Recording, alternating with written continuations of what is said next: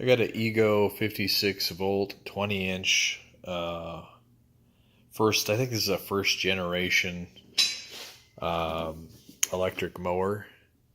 You see I've got the motor out of it. Um, my son happened to hit a sprinkler head, and it took out the entire motor. And this is a definite flaw in Ego's design when it comes to the electric motor. I just kind of want the general public to know what's going on here. So what I've got is I've got the motor taken apart. You can see that the rotor and winding here for the electric motor would go inside here as such. That's basically the way it would go in from the bottom side. Cover comes off like this. This little ring goes on top like such. I think that's how it went. Anyway, if you look inside here, here's what happened to the motor. And I found these parts kind of laying in here in a different orientation. You know, obviously they're magnets, and so they're broken and just kind of laying in here randomly after I pulled it apart. Kind of wish I would have showed it to you prior to that, but there's pieces of this magnet that have come apart. They're pretty strong magnets, really strong actually. But they're just epoxied in, and you can see that part of it came delaminated.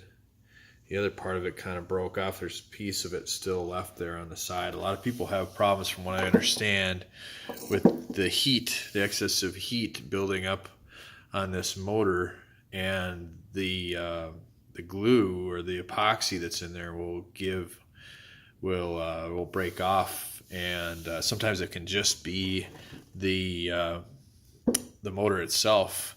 Now, I've contacted Ego customer service to try and get just this part with the magnets in it. That would be a cheap fix, wouldn't it? Wouldn't it be great if more companies offered replacement parts? Instead, they want you to buy the entire motor. It's $200 retail price for that motor, and I was able to find one, luckily, just a onesie twosie type thing on eBay, and I'll give you the part number. Hang on just one second. So here's the part number that Ego gave me for this particular model motor: 282-236-75003. Now, on the outside casing of the motor is a number here. This is my generation a motor. Doesn't necessarily mean that there aren't other motors that will work. I noticed that the motor that I purchased on eBay had a different part number, a different series, different serial number. It wasn't the same number as this. I was able to give the long digit part number here to Ego. That they claimed was the serial number. The bottom number was the actual motor model number. This was the number that they gave me back for a part number once it's all said and done. So it's not that difficult. It's not that challenging.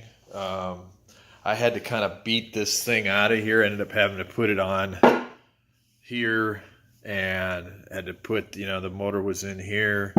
Ended up having to rap on it with a hammer a little bit, with the rubber end, and tap the motor winding out.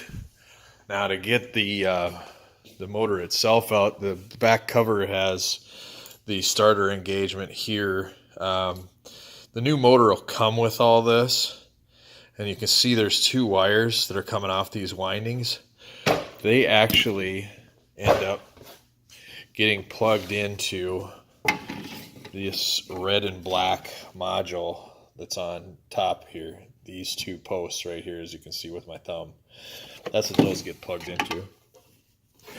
There's a couple other wires that get plugged in to the motor itself onto the board in a couple of different places. It's not anything that, you know, once you pull this thing apart, you'll see what needs to be taken off. I was able to unclip this from the side of the motor where there's threaded bolts that bolt all the way through the motor.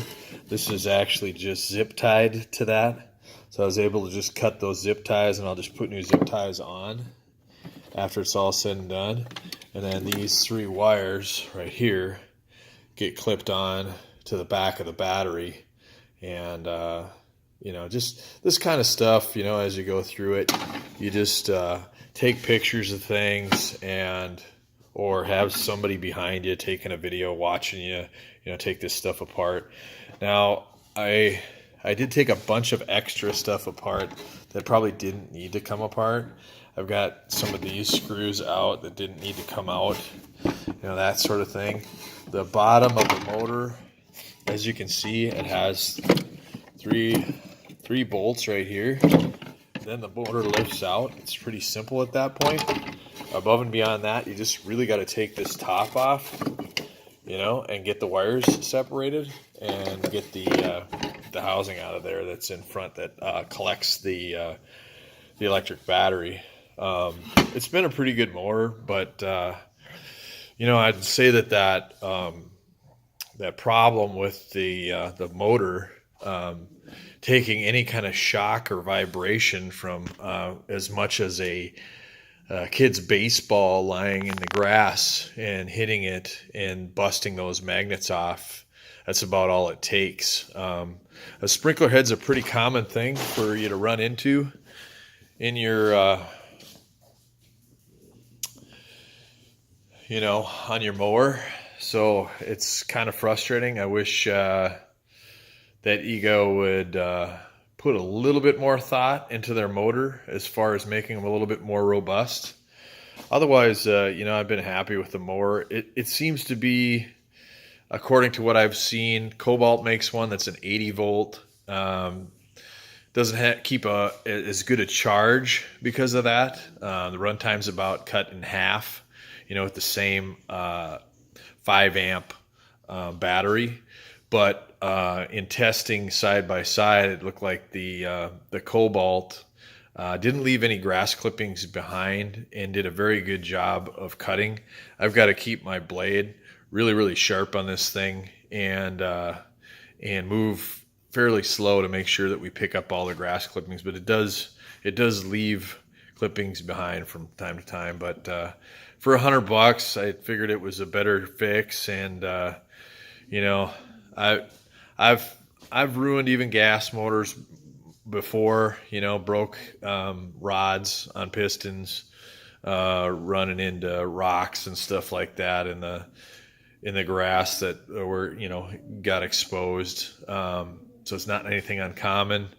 Where I'm at, the grass that I have is pretty much sod practically. So it's really odd, you know, to hit a sprinkler head. We happen to be planting ryegrass, and you cut the ryegrass just a little bit lower.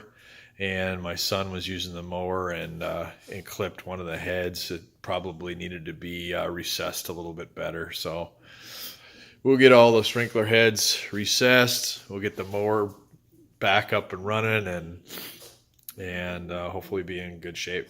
But beware, buyers, beware. There's no easy fix for these motors, and I feel like Ego should help the consumer out and at least be making this replacement part so that you can buy it and rebuild your own motor. It's I got to believe this thing could be purchased for probably $20, you know, at the most, that whole housing. And I'd rather spend 20 bucks repairing this when I have to, and an hour's worth of time, than be spending 100 bucks every time. The next time that this goes, I think I'm probably going to end up, unfortunately, going back to a gas mower, but I'll give it one more shot. Anyways, hope this video was helpful to you and you learned something. Leave your comments.